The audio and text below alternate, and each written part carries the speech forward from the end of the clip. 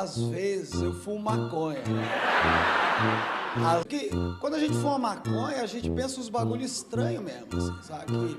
Esses dias eu juro pra vocês que eu fumei um baseado, eu pensei assim, quem é que demite o cara do RH?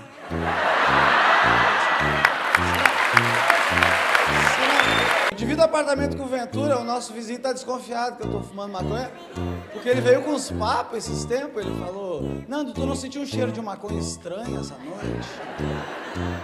Aí eu falei, estranho não, estranho, normalzão até. O policial tava dirigindo faz uns 5 meses, o policial me parou e perguntou assim, você tem drogas aí com você? Eu falei, não tem.